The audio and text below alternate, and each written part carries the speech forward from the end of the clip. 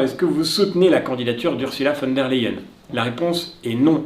Nous ne l'avons pas soutenue en 2019, ça n'était pas la candidate du PPE, la droite européenne. Nous ne la soutiendrons pas plus en 2024. Elle est devenue présidente de la Commission par l'intervention d'Emmanuel Macron. C'est lui et lui seul qui a décidé de faire obstacle à la candidature de notre candidat à l'époque. Au bout de 5 ans, force est de constater que le compte n'y est pas et nous aurons été bien souvent au cours de ce mandat des opposants à la politique que menait Ursula von der Leyen sur les questions agricoles par exemple qui ont beaucoup émaillé l'actualité.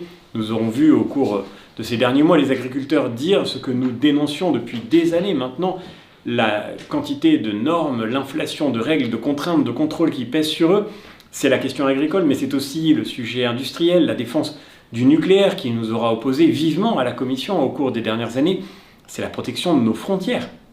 Et quand la Commission a refusé ce que le PPE demandait, c'est-à-dire la construction d'infrastructures physiques aux frontières extérieures de l'Europe, nous aurons été une fois de plus des opposants à cette Commission qui par ailleurs a, je crois, oublié bien souvent quelle était la mission que doit défendre une institution européenne, c'est-à-dire l'identité même de l'Europe.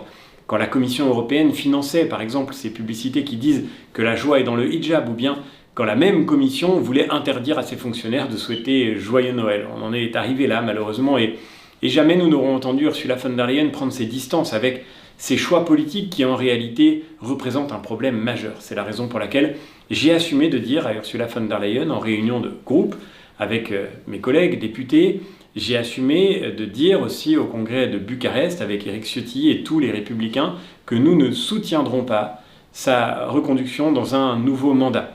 Et aujourd'hui, nous voyons qu'une grande partie de notre propre groupe nous a rejoints.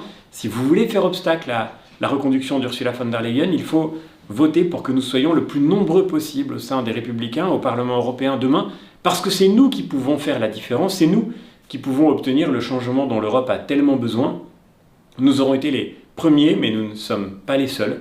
Et je suis certain que nous pourrons peser de tout notre poids pour obtenir que le 10 juin, quand la bataille s'engagera, un vrai changement ait lieu à la tête de la Commission. Ce qui compte, ça n'est pas seulement la question des personnes, ce qui compte, c'est le cap politique nouveau dont l'Europe a vraiment besoin, et comptez sur nous pour porter cette aspiration nécessaire.